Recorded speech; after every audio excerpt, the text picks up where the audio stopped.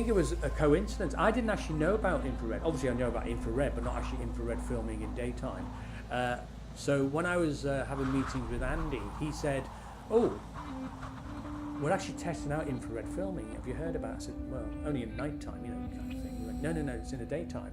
And he said, I'd like to do it on this film if that's all right with you. I said, yeah. And he showed me some examples and I went, wow, that is brilliant. So that's how we got into it. But I never knew what it looked like before I met Andy.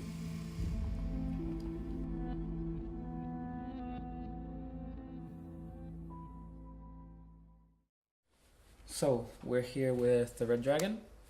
We're going to be changing the OLPF today, the optical low pass filter.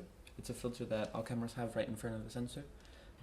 And today we're going to change it to full spectrum so that we can film in infrared. So here we have the OLPF that's currently on, the skin tone optimized, and we're going to take that off to put the full spectrum.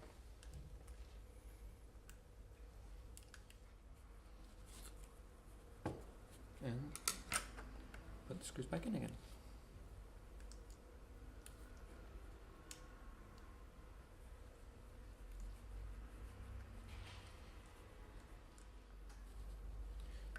So there is our full spectrum OLPF. Dust it off a bit just for in case it has some dust on it. Put the mount back on, and we're ready to shoot in infrared. This film is about, if you like, starting again. In sort of 2012, scientists discovered that there was gaps in the Earth's magnetic field, allowing the sun to bring radiation onto the Earth. What happens is that the film opens with these young adults who have been transported 70 years in the future when the Earth is safe again, somehow through time, into this abandoned town. The abandoned town is their town, but 70 years later. The film and process we use as well and makes the landscape a very desolate and stark, which is wonderful. And it also makes their eyes look kind of wonderfully different. Which makes them almost look like slightly alien, or I like to call sort of a new breed. They are the future of the Earth.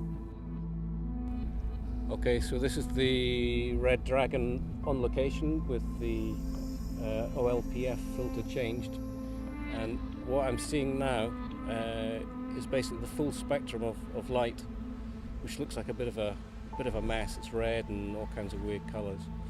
So this filter is the filter that we're going to use to filter out visible part of the spectrum, which will leave only infrared light within the sensor. To your camera, it will probably look completely opaque, completely black. But when I hold it in front of the Dragon, we can see, if I open the iris to let in more infrared light, you can see that we have a sort of black and reddy, whitey image. And all I need to do now, in fact, I think we'll fit the filter correctly so that we can then adjust some colours. Okay, so now the infrared filter is attached to the lens, and I've got a very red and sort of monochromatic with red image. And we'll go into colour temperature, advanced, and we'll do an auto white balance, which will remove the red cast. And there we have this gorgeous infrared goodness in beautiful black and white.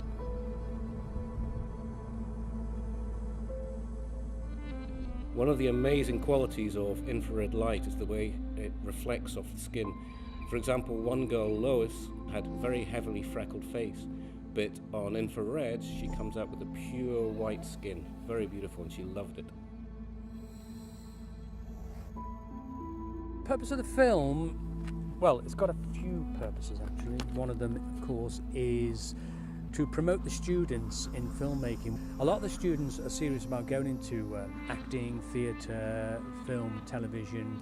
This actually gives them the opportunity to make a film, get an insight into the behind the scenes, but also getting that performance from them on camera, which is a lot different from theatre acting. It's also exciting for the children, or should I say young adults really, being on location. It's very exciting for them. A lot of them haven't done it before. This film, and along with others I'm doing, will be sent up to the Tenerife International Film Festival and other film festivals throughout Europe that will promote, spotlight what I'm doing, or my filmmaking, but also it's great for the students again, because they've got that professional start. Majority of the cast have not actually worked on a film before or been near a film set. So I was very pleased with the results. We did a lot of classroom work before then on camera, improvisation, etc. And then we rehearsed this film. Camera's running. Scene 3, take 1. Action. He's right. Right? About what? What's going on? What answers? Where are we? My house. Only it's not. So looking forward to coming on location, you know, a real location, real film crew. And I think once you see the film, it speaks for itself. How they, because when I was actually rehearsing with them, sometimes I get giggly, and I said, when you're on the film set, when you're focused, when you're in front of that camera with the whole of the film crew, yeah, you'll concentrate more, and I guarantee you that I'll get the performances out of you. And of course,